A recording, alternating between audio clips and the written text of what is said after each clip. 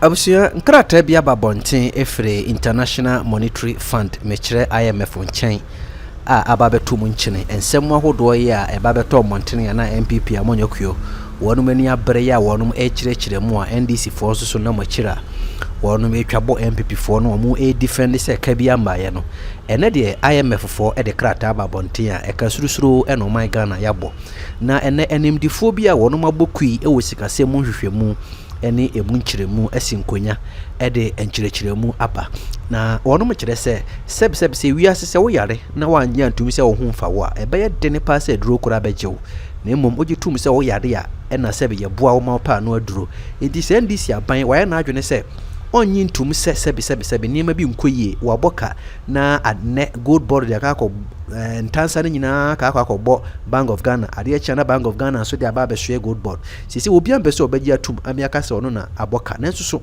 say Bank of Ghana say GOLDBOD o my Ghana e na aboka tiene enimdifu ya chirekire mr NDC fo onyi ntum na yenyina yenyi ye ho aduro na kwan ye fa so e ma e ka ne ba ye ne IMF fo do mo sen tenetene so no yan hwe chine bi no sebi ye kwa ma hodo to se kope bosia kora no a IMF fo de krata be ko aba be si ye kwan ama ye ho betimi a kire ye enti omo mra me kire mu nyina ye mboa na oman no yentimi mpene puma sibire se de be ye chine bi no ekapudio a efri se Ghana be ye Ghana ye mobi da no yetimi ade ye ho ede efrim yenko na yenkotie nkomatwehwe no kakra mra enti se IMF kase ya cotton gold na gold na omo cotton ye no ede eka eba na eka na aba no in fact who hear the famous page 10 na omo listed niema eka na ba wo ya so di family twa picture na me fama cause na me show me phone so ye to anko bondo I know to anko na o ma listed de eka na ye dey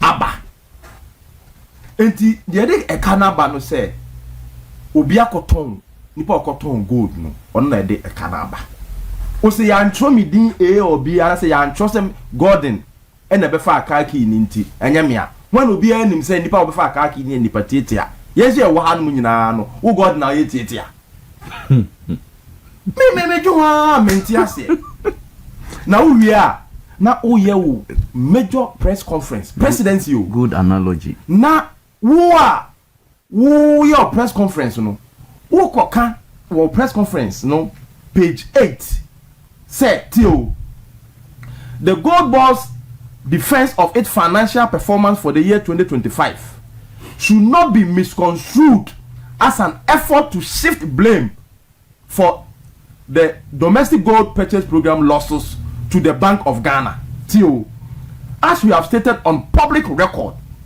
the DGPP losses over the years stemmed from the deliberate policy design by the SYMPP government.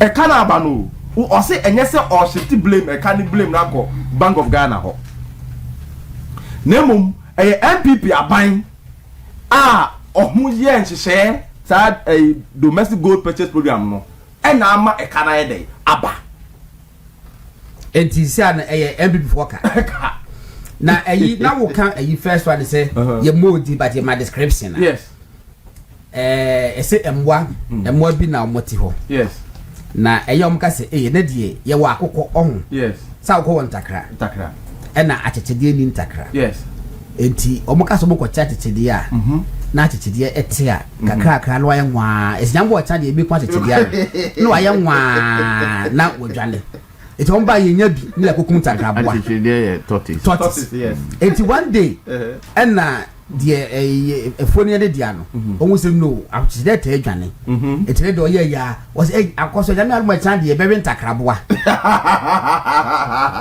se achechede ni ebe na ready well nyane e de be fa de ko what I say enti say that wo sika no questions go on e better be 3 questions yes give about so me send you ma say you ready na wo dia to so e better be 3 questions yes Ghana mra no why na ya man mra se kwan say obetimi aye ato gold no waton GOLDBOD why na kwato gold no eton ye GOLDBOD why na ball ka no GOLDBOD eti adani ye ko hu chese na de medwi ho a menti ase ne se o se o unso o eti me ready bi no Oh, send here. Any battery any.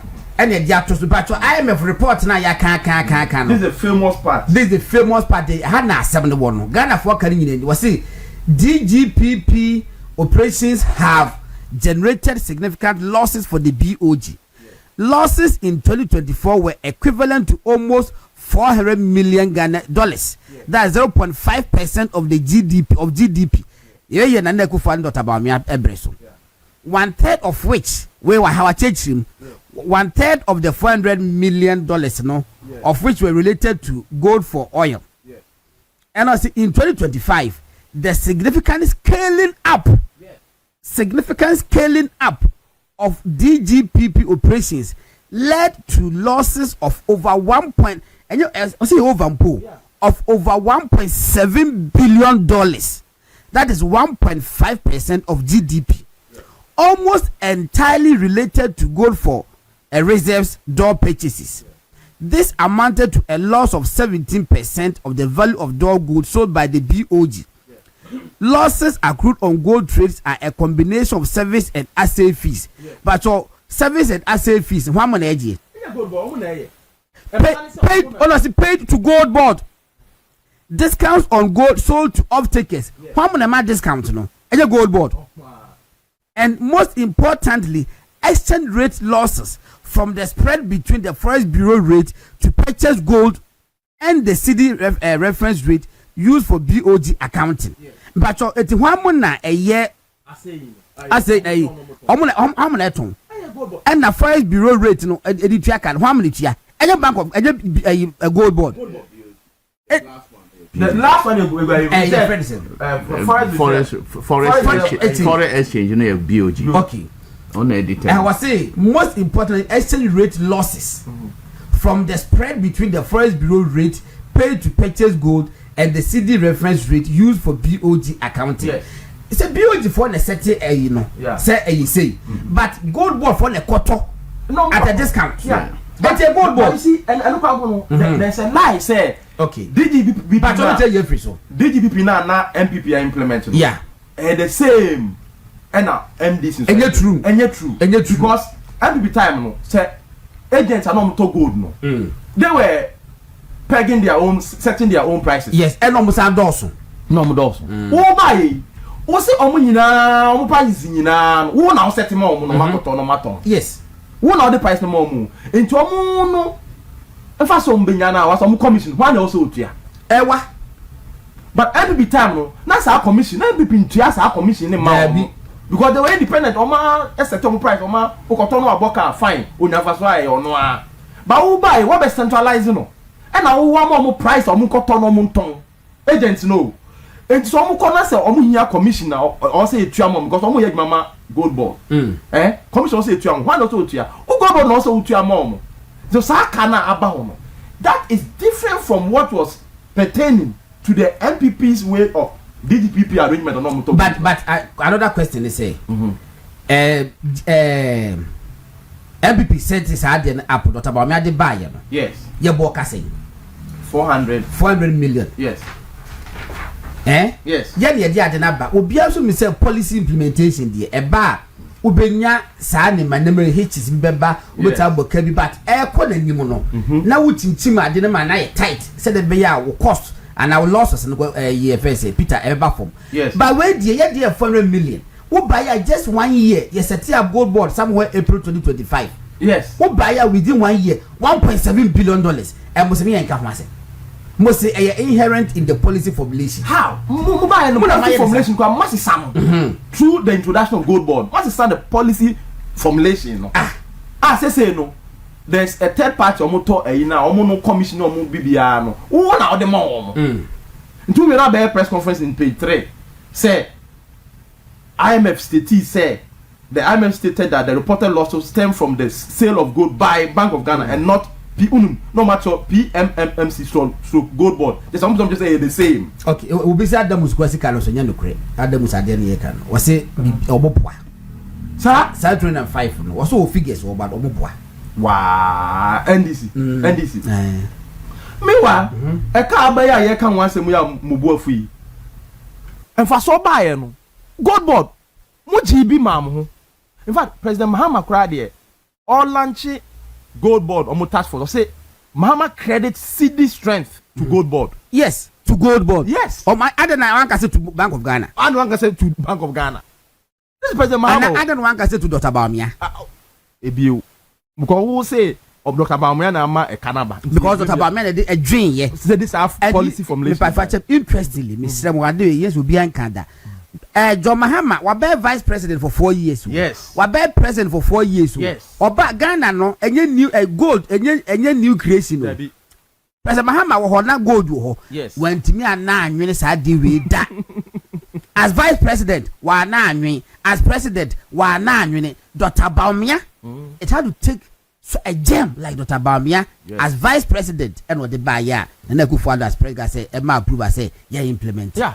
I feel buy I was so credit this had Dr. Bawumia the buyer. It's a credit and loss. Yes. Credit in the Mumbai loss of Dr. Bawumia tifie the yefa go good abubuano. Me go konsu me di na haban.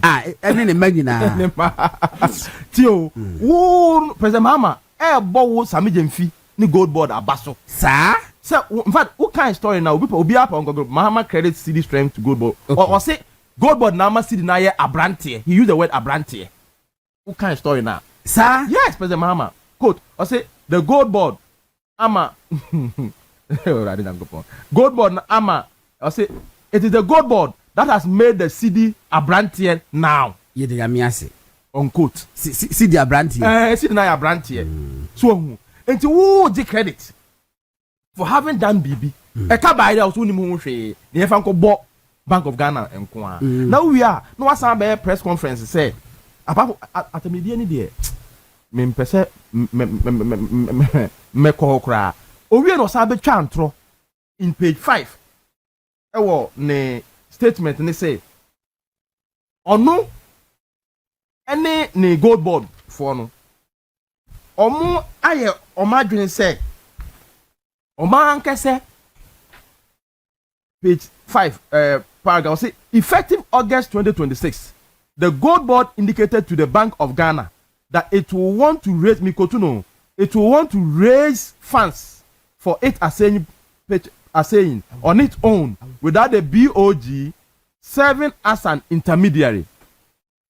Tio or say on it be or no make any patent any patent answer na obi ne meko sa na ono anga zo akoto ade bia e wache ono anga make asa na meniko bo me we na say here ade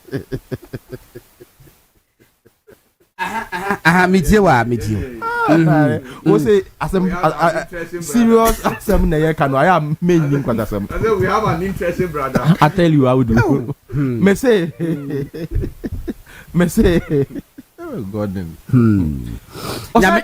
nyame wo o twantro say ono BOG for gold board for na decided say effective August this year o ma ba kwa kope o musika nom de akoye buying and selling of gold no na o mayi BOG Bank of Ghana afrim adinta ayantro hwe Bank of Ghana tama e kan buy no so musa fere mo jai o mo da be gas o mo jai as a way out to know rijima me hwe omo a way out no tie Bank of Ghana a way out say be ya omo san emoka bi o tie the structural change anya say o man san gold for reserve program no omo say e friend no Ghana accelerated natural reserve accumulation eje gold ni sika ya Ghana rap framework tie I'm quoting BOG or say the cost structure that flowed through the bank's account under the domestic gold purchase program has been placed under a different institutional arrangement. As reserve manager, the bank's exposure to the cost categories that arose under the prior arrangement is expected to change over future reporting periods, with operational role of acquisition residing with Gold Board now. Okay. Omo issue statement to May 1st, 2026, when Omo audited accounts report in the buy $214 million at the first one. No omo chechem say. It's omo adwin say. Enya de a sa the cost of buying ni sell ni commit bibia no. Omo be ka omo books mu bi o. Omo de akwa koma Sami Jemfi ni Gold Board. and so ne am je fin say o man decide say on be you GOLDBOD the film. Bank of Ghana for say o majai. Say Bank of Ghana for is card o mo de ba. Yes. Na so mo so o majai. And so na who try to say wo na mu decide say from effective then. Wa na obekwa ko juice. Last question na say na makọ awudi ho no. Hu hia. Yeah. Say be hu sis card no e ka no. E wo benkum kwa books mu ene wo. Ghana for books the books ni ye dey. Dabi ya boka. Hwe na onim Kwame. Me nam ne kodo pon kuma yang Ghana ye wo a refree ampa. Wo kai BOG boka. Anenu e car. Oh, me was that video no ho. And it's for your press conference. You na ye e kasai. Including Sami Jemfina. Sami Jemfina nkasa. Me should be the man. Hwe mi ko tu no. Obra mo ye demonstration Sami Jemfi. Oni onua TV ye interview tie. O say Ernest Addison is a jail bound. He is destined for jail because I can tell you nothing can save him. From what he has done there is no way Addison will not be prosecuted. No way. It is impossible. Even if he goes to Kuwait, we, the NDC, will make sure he faces prosecution, including his governors and the board. Is he above the law? No. Nobody is above the law. We will prosecute him. Sami Jemfi. Say, we will prosecute you. O mama Ayeka Aba BOG enti. Enye onu nko an. Ato forcing. Ene esedun ketia a park e brand nti. Omo nyina in fact esedun ketia kwara there. If you allow a security zone to become a haven for criminals, we have a right to declare that security zone a crime scene. And we have every right to chase those criminals away. At first, say, on be demonstrate ya kopim say Addison, then the governors be resigning because all my Bank of Ghana had a boka. And ne, BOG a boka a bin see da in history. And ne, say, Governor not to her. Why is Sami Jemfi not calling them? Why are you going after them, prosecuting them? Why is a Shedin Ketia and Co not calling them criminals? Because all my Eka ayede Aba. Na Ghana for a referral. Seka before I was saying they call Musono. And you knew. That's it. All right, it's Peter Ankuma, deputy editor, the Dispatch newspaper, and Martin and Carol, the class prefect. I was in Bacho Menko chief financier Honmo. I'll do my. Now the thing you. The Bible bowl. I'll do Yanko, Bacho Yanko. And so Obeka GOLDBOD no and oh, of course. It's about to be so what you. Mechiano pa. Nyamba next week see moko enra you go this several years. Na yenko. Nyina ebe kwa. I say be chim team na see yes. Enra na kai kwanya na ko be ko friend say Mark. Oh, but timing no. Okay. Yanko. GOLDBOD. Say make on two places said. Say GOLDBOD Ababe godfather of Abanwe, any protector of Abanwe, any Ghana for bebre, including Asofo, so-called men of God, civil society groups, journalists, NDC food soldiers.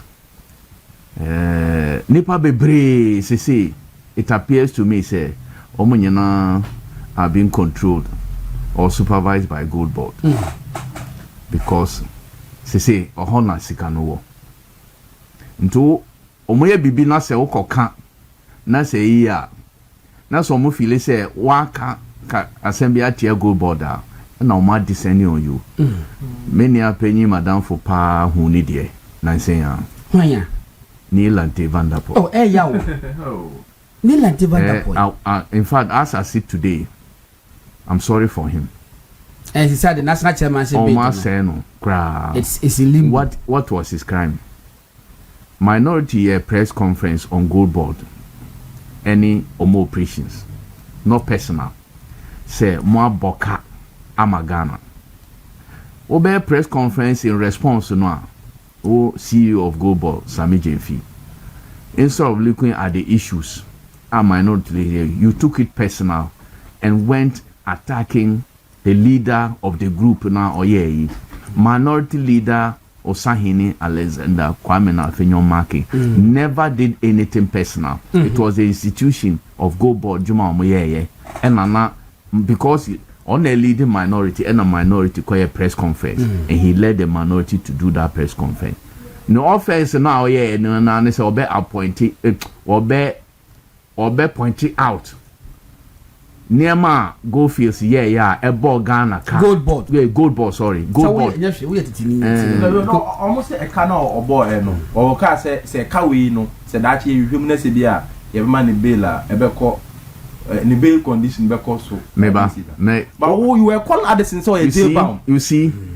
It is a subject matter ebeka ho asem wanda kro. Ono oka ye niema oka fa MPP for including Vice President Baumia. Nemo Kayano, he has not received even 10% of what he did to people. And you look at his conduct. Or ye minority leader, or calling names basa.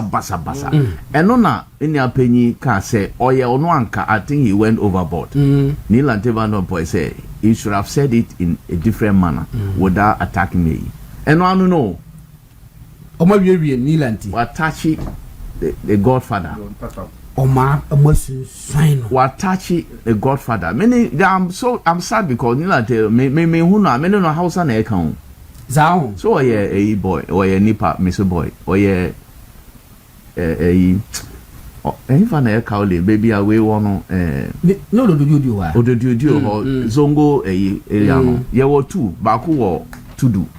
Okay. To do the no and confusing me baku a kauli and bahu zongo lane. Okay. I nti ono calendar one more TV ni side man correct because that's the area nti at the end by no yes at the end by no because this is also very everybody presume to be a principal person in terms of ne kasa ne bibia but say the AC there wakwa touch the untouchable awakobun ko tuja ko patch nti that be eno ye AI but so apache and wapacho but I apologize publicly mienu and se ko jene ni muso ko bubun ko and I me that one and I me who say Charlie we are so home we are sorry ho money swine so money swine sika lajan yo nti ono no because of wakwa touch untouchable no I am afraid to say one share the chairmanship national chairmanship ambition no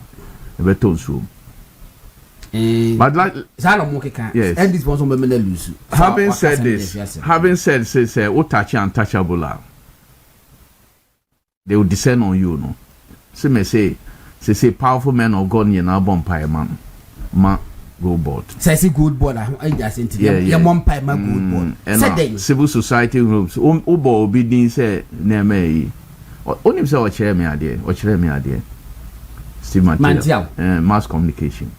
Hey, Mantia, we say, man, say near my course with the my former lecturer. And the minimum dear me, some former lecturer near Professor Jampo. That may be a channel with you. Sex offense, it's a grievous crime. Yes, maybe a channel with you. Yes, I do, you know. University of Ghana forecast some more war. Sex EBS ukusia. Yes. And it was suspended for some time. 6 months. Yeah, university now proud of I think they did not do well in that matter. In any serious university. Yes. Because next to extend that you say you even let him go through sex training. It means that now allegation or Bobby Wom. Oh, let's say your campus and that it is. By the way, there. Okay, back to GOLDBOD. Matia.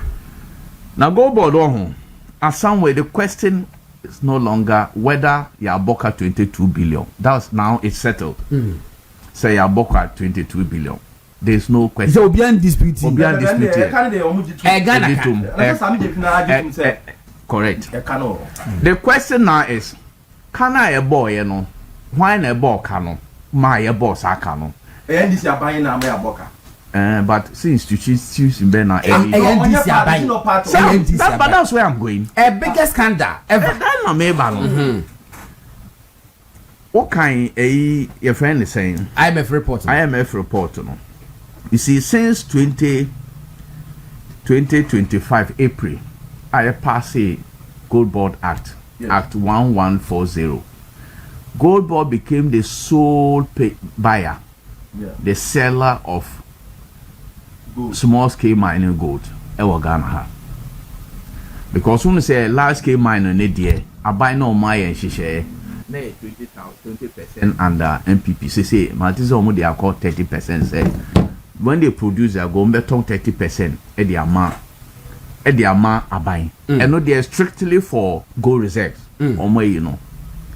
A small scale mining, they are no na ya monopolize ya Gold Board. Say, omunkwa and a better gold, atom gold.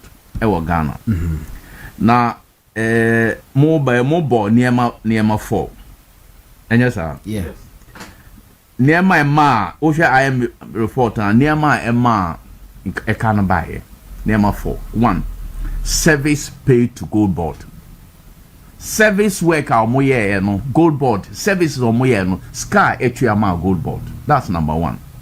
Number 2. Assay fees negotiated and paid by Gold Board. Now when I say you know man let's say no so you go now I question the quality and weight in and one how pure it is. It is Gold Board and they negotiate fee no and they pay themselves.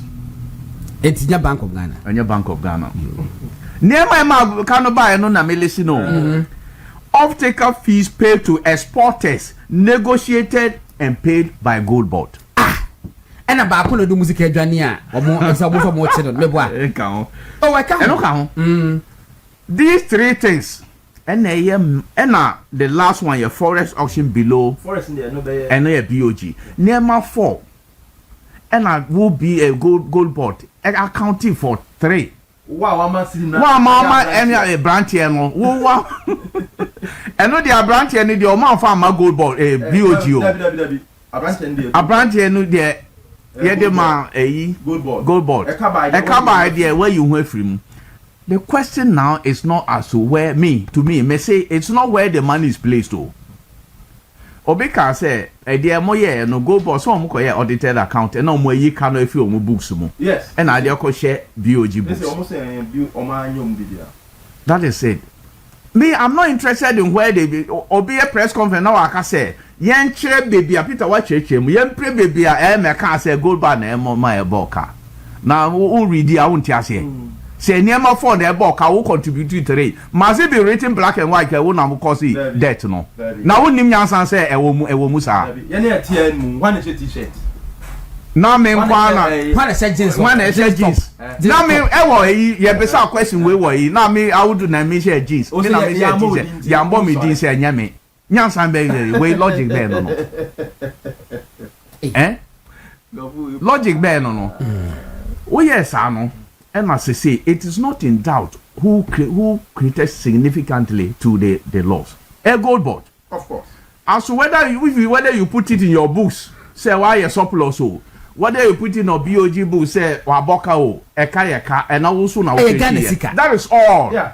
A loss to the state. A loss to the state, and now significantly who now created that loss. No, that is settled. And so Obi also a loss. Obi my a kabama or a criminal or a jail bounder. Into more of mama a kayaba moya. You see, and that's where Wunkwa now indefatigable. Me ni papa Kojo Ponkruma, the chairman of MPP Policy Committee. Fantastic. Oka say. Gold Board and it is stated in their statements. Omonkwa Sky Bar Munseme 133 billion cedis. And no year operations. Yes, 2025. Do you know 2025 as we stated? Budget for the whole country every 30 million. Yeah, budget bet your salaries. Be construction. Be pushing in na 293 billion. Ononkwa receiving 45% of that amount. And all the operations. A very then scano ember wha or be a bell worship ho. What they want cross. Let's come to PMMC. Bukano mo boy 20 2024 and the car they say there's so many naka say PMMC na ebo kano. You see them stating it. PMC say ato gold on behalf of the BOG and on my book. What's it PMC na ebo kano? Oh dear, oh yeah, oh dear. Every anya now boy. What kind of logic is there? About people, I don't know Ghana for you to me. Almost carry gold CDs you know. Yeah, the man on PMMC no. I don't know, and next now we press conference there. Because PMMC, no, and there's another thing. Let me clear this, guys. There's another thing. I almost said we should look at the benefits and forget about the canal. Me TV for intellectuals. So call it no mukasa no near. MPP for the no under PMMC for your bulk $400 million. No benefits in the whole. There was no benefit. I can't a boy, you know, inflation. Saga gold purchase program by inflation moved from 54% to 23%. Any benefit? Fuel price now with diesel and numbers at 23 to 24 cedis per liter. It came down before MPP back on there 14.8.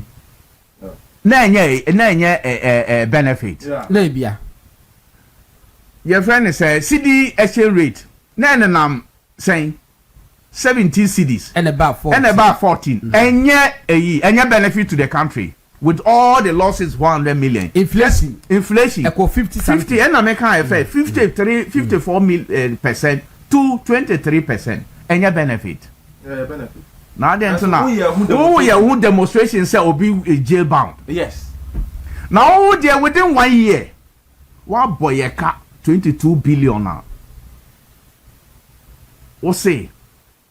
And no dear, and yet we should look at the benefits and not the Ghana for now BOG under that time the benefits in the hall. There be and not benefit. Why are we doing to this?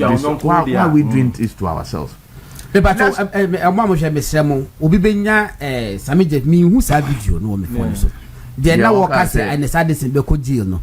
Now case makotuni. Emba me come video no. Yeah was say e ka ma bo ye kwa ka mo se ma yen ka. Is it not the same time mo ka say omoto nyom ne say when the demonstration where the press conference. But they said so all these things culminated into Kumnanado and my or say mine. Okay. Now let's look at losses in Ankasano. Even the comparison to losses na regime or PMMC no, and that time I was under GOLDBOD. We were two different areas. Where did say Peter? Under PMMC era no, now PMC was not the sole buyer and seller of gold. Yes, in the system. Yes. So there was strict competition because your prices that you demand and supply. Prices now obey mano and never mind obi better on the gold amount. Yes. So obviously obi who say only was in a competitive market. So be charging more. Say also increasing the charges. And yes. So be reduce your discounter. Say also reducing your discount. Of course. Because of the competition, obviously obi who say no because this is a state institution that was competing with private sector. Individuals and companies will compete. So because of that, no the prices no be. But what the autonomy. One now determine price. One now would so you now a regulator. So yours should be lower because you dictate everything. You are not in any competitive world. So even that no comparison we are not even fair to PMMC under the previous administration. Because that they were in competition. They were in competition. And they were competing with other buyers who would have been giving different discounts. Also, you have to give discount to be able to cope, to be in business. How do you compare that one to even now or be or no one monopoly the amano? Or Boka Musa Look, at the way you can engage in sophistry, you can do anything. Sophistry requires anything then. Oh, okay. Can someone incident the many in us? Now, would in the nam, Massa. I say, may say, no, it's not settled. Peter now uses her table. It's settled. It's settled. It's settled. Game over. It's settled. Say, ya boka. I buying NDC. I buying. Oh, mama, ya boka through gold trading 2025 alone 20 reputed 22 billion cedis. 22 billion Ghana cedis. Ebin that. Or any transaction. Yes. Apart from that, no nipa no institution enya nipa. Sorry, institution no MIA board can kesi kra a gold board. It is also settled. Opa obetima any defense. Obetima aka brofo o nimo wiase nyina. This is settled. Edidia you can insult Awudu, you can insult Peter, you can insult Eminia Godia Saribidiako Godon. Godon no also on pebu. Oh, me you can insult everybody. Why insult Honorable Kojo upon Kuruma? Why insult minority leader? Osahini Afenyo marking. Why insult Abina also Asari? Why insult Obia in MPP? Or my insult be sometimes so personal. The facts are settled. Say your boka 22 billion cedis. Ghana for more boy 22 billion cedis through gold trading. And also institution I say again, MIA boss can here pa a gold board. Yes, my can buy 9. Yes. Now determine price in it be I say is what I say on October. Baby. Anyway, yes. No, you see, before I be a good boss, I buy name. Sasam no kafa or Sahine Afenyo marking. Yes. In any serious nation, or Senka or no, Yachino. They are sema. They are sema. And yes, be a or Kasana Bermukeko. I want a statement. Part of the statement. And you make say, Assembia, Adidia Tembiana, who did the honorable of Afenyo marking at Tembiano, as sanctioned by President Mahama. Now you are confirming it for me. Yeah, minimum say okay. I part of them. What I read. I have fine. Maybe I'm marking. Maybe I'm marking. After markings continuous antics. Can I say? Okay. I'll say Afenyo markings continue antics must therefore be seen for what they are. A desperate smear campaign by persons who have specialized in sophistry. A word do not mean and political blackmail in pursuit of selfish ends. These are devious extortionists and political mercenaries who will come at you with lies to tarnish your reputation in the hope that you fold and settle for what they call compulsory arbitration, in quote, and through that oil their pumps. Well, this time around they found the wrong target. In fact, there is a typo.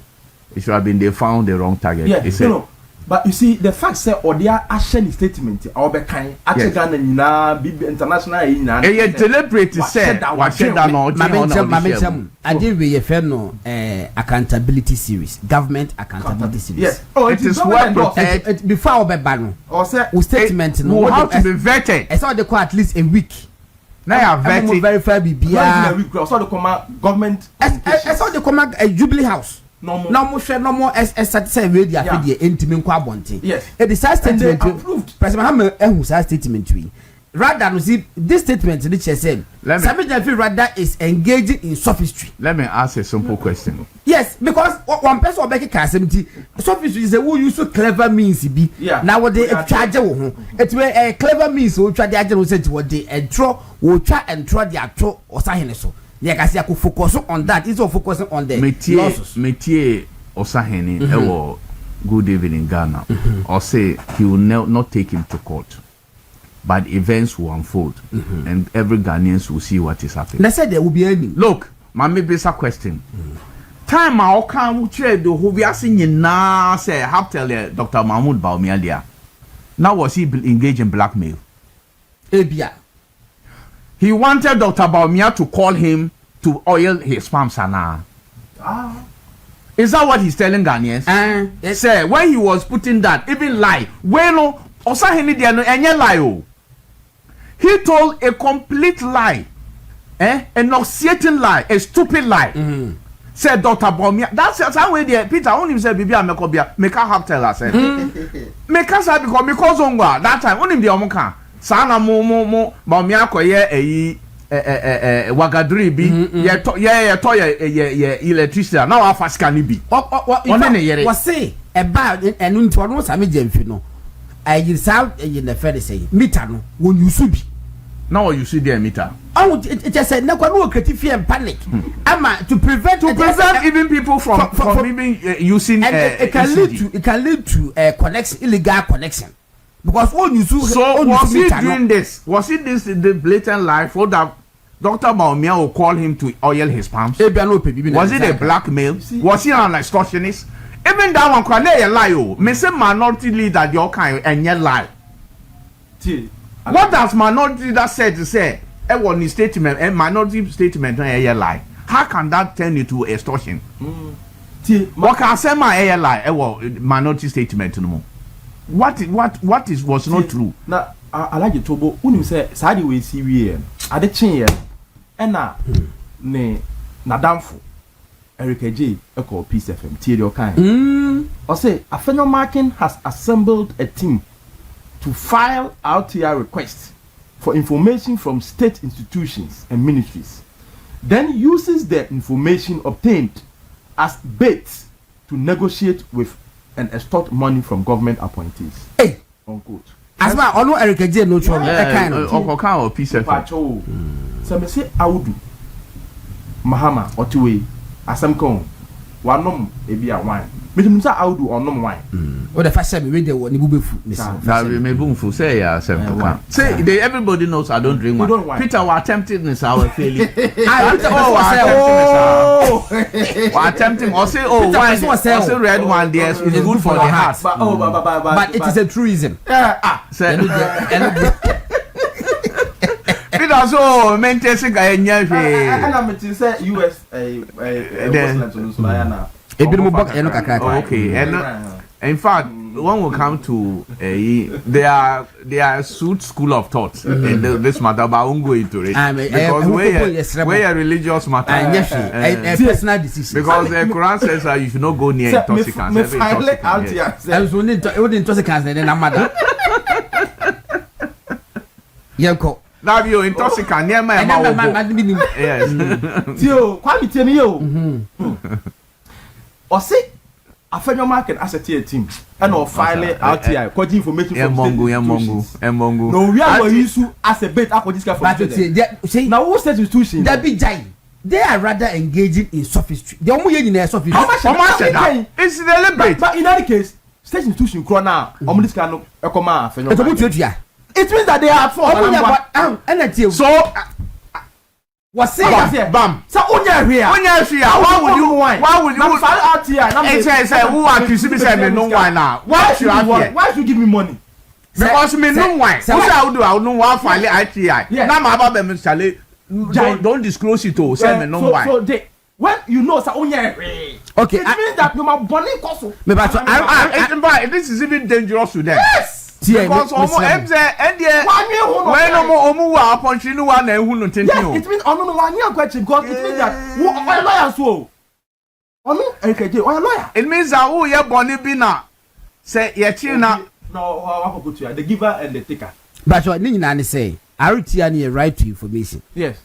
Na right to information nipa bi e questions e busa no watro e de aba. Yes. Say mo ma me information we e wo contract na mo de ma se mo koto computer we say mbra na enti no wo de mo famra 24 hour economy market na ha enti beka ho asem enti ba ko no de letter ne ba na ma ye yi mo so mo de response aba ya e verifiable. Yes. Enti no response ne ba na hu se mo kana bon say computer mo toll 4,000 but mo ya mo de buy no se mo toll no 11,000 na mo ye say and na mo say na enye so sin wo de ma awudu ye wakonta enti na wo de ma no koto baye ni nyina aba na omo de akoma orabo Afenyo market na Afenyo market hu se ankofu ya ye bone na orabo Afenyo market afre na obagiska na mo so na mo so bunu so ma ye bone no na mo tieska de ama no na Afenyo market it makes sense. How it makes sense. What he says is that why the bone what you himself NDC forced institutions omo ye bone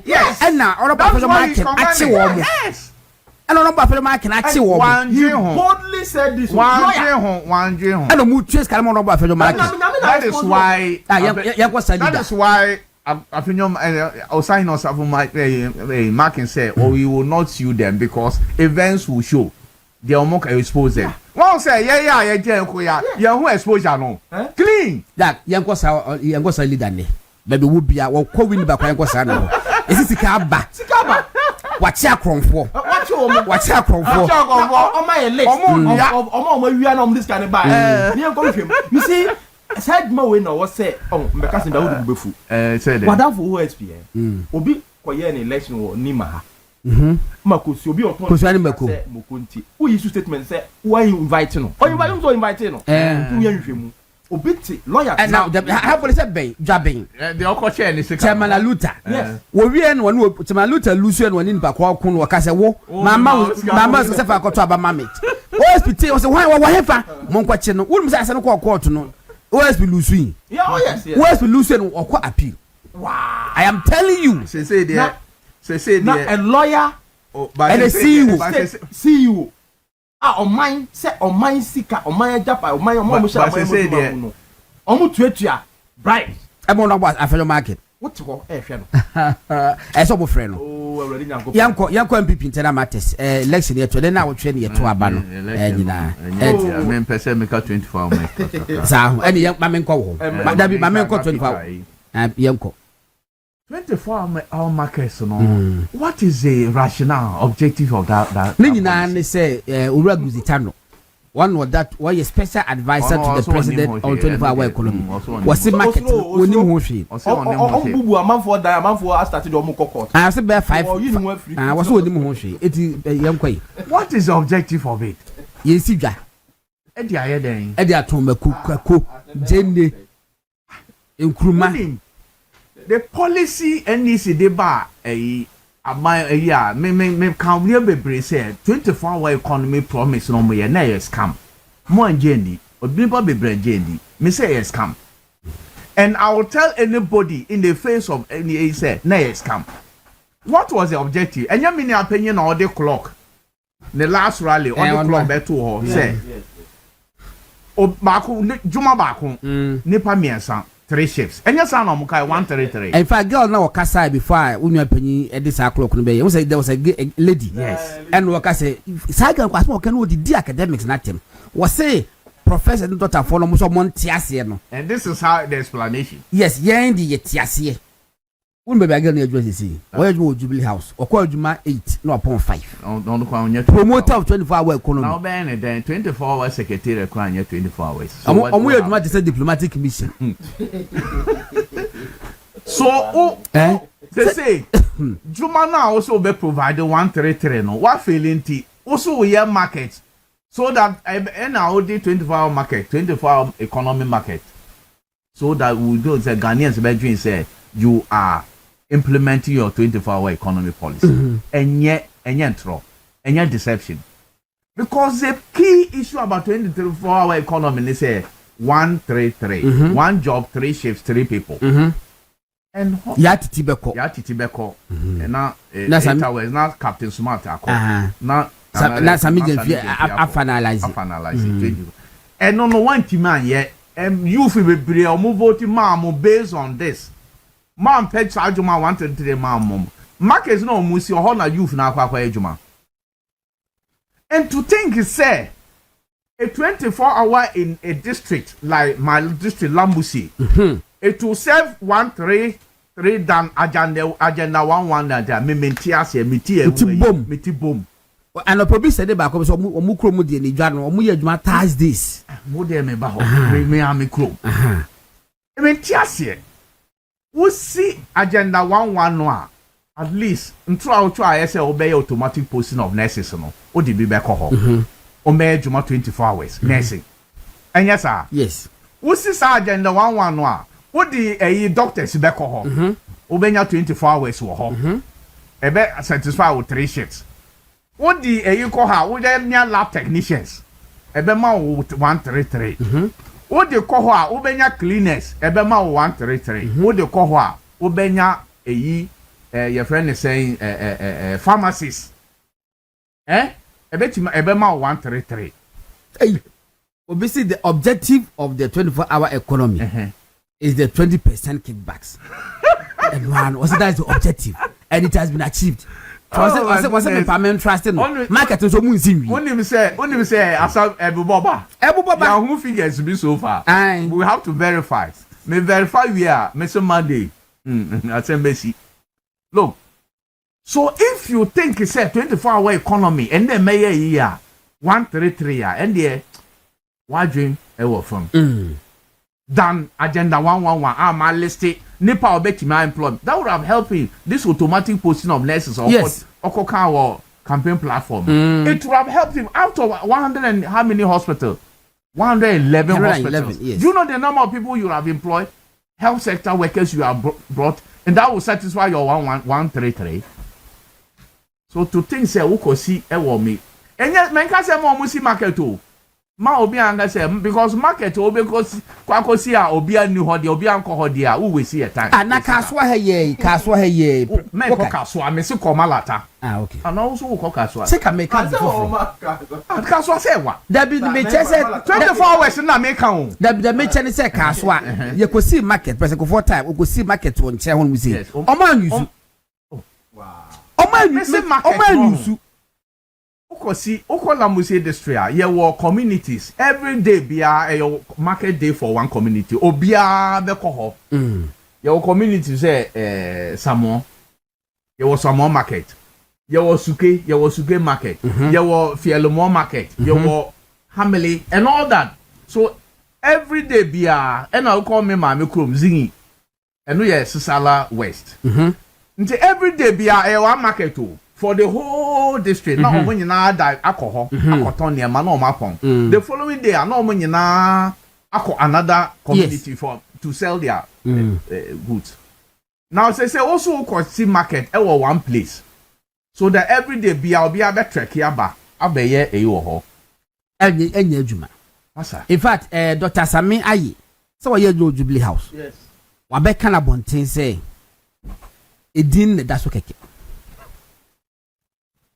Yes. Oh, apparently, if the minister in charge of government communications said the 24-hour, only GH1 interview, he said the 24-hour economy market has nothing to do with 24-hour economy. Meanwhile, President Manuel Musu Ayeka so say 24 hours. Me na me catch you. Confusion na e basa o. Samia you see a din that so keke. And now we your friend is saying and the presidential advisor on the 24-hour economy. Also munim ho hwe. Uzitando. Also money. Only you know why Peter you rightly said it.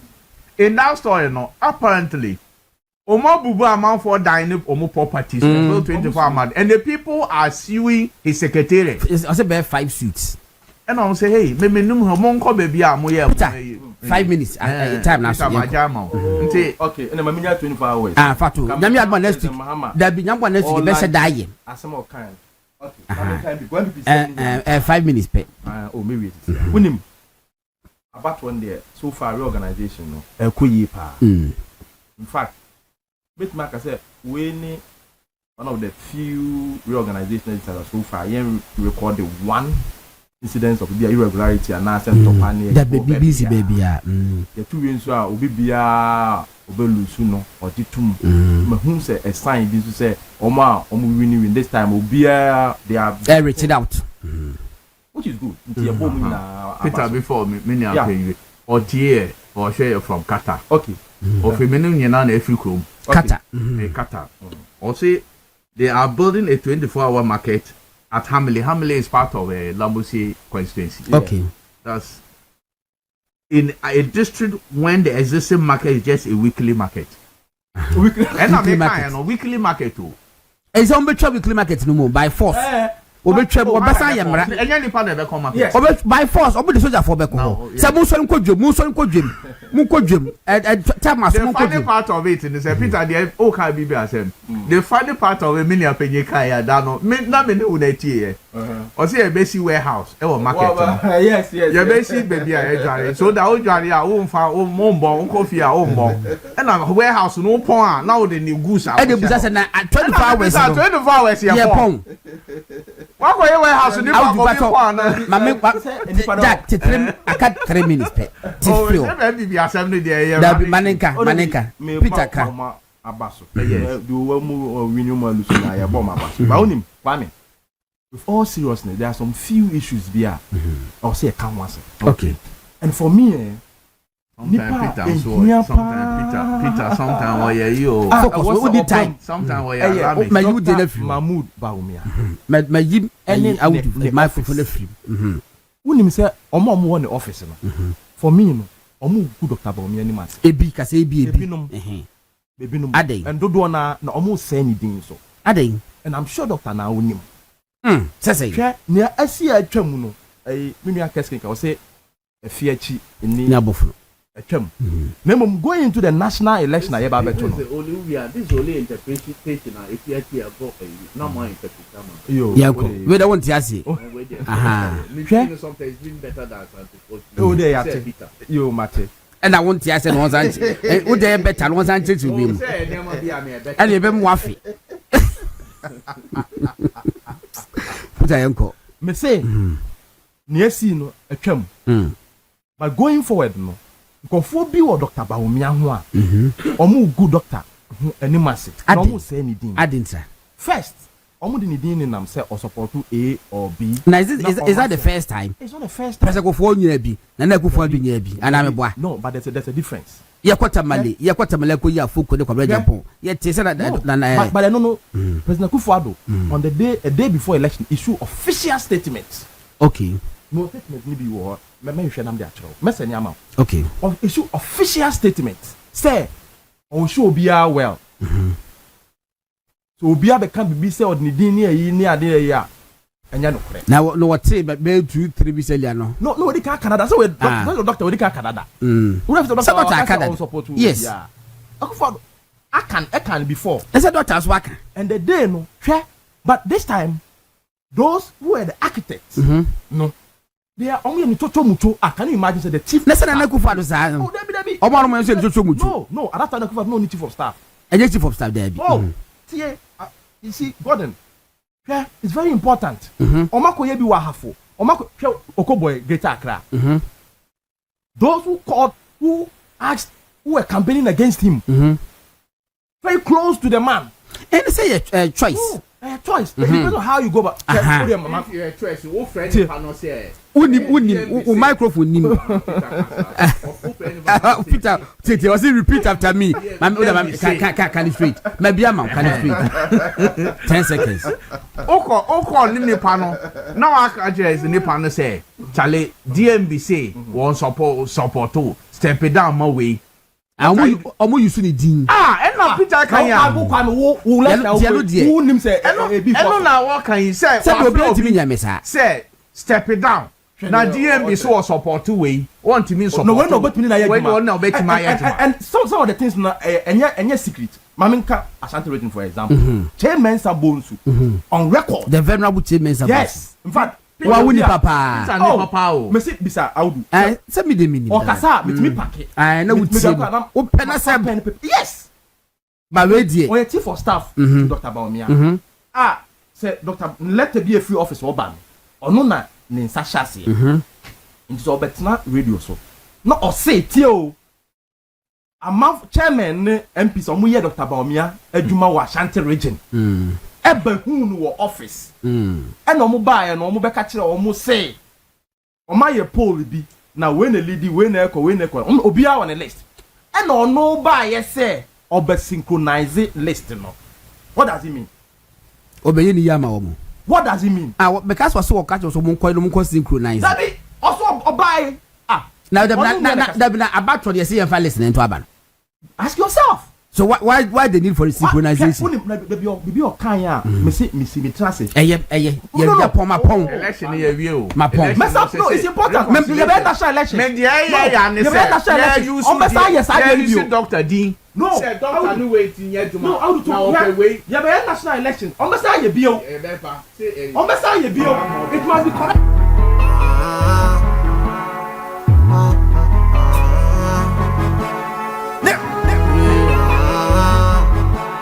Ouch! Give up and see. Give up and see. I come to your back door. I come to your back door. Who do you give?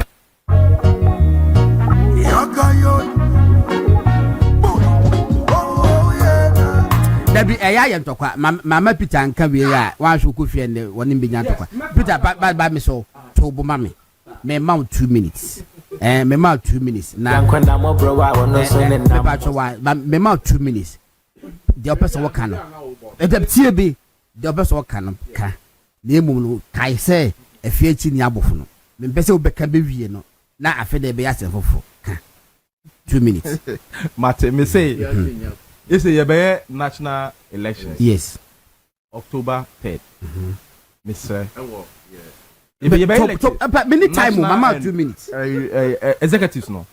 Those who are very close to Dr. Baumia. Yes, you can no munyai. And Mamun far list in Kobe BIB. Mamun could never be say, winning him Kasa.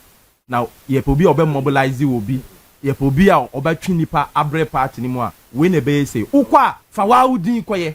In any case, if you occupy some positions, be around Dr. Baumia officer, you should not even be seen to be involved in the elections. Because at the end of the day, no, they will all have to work with you. And I'm talking of the venerable or say chairman Sabun, Chief of staff. To Dr. Baumia. You will free elections, Nimu. medasi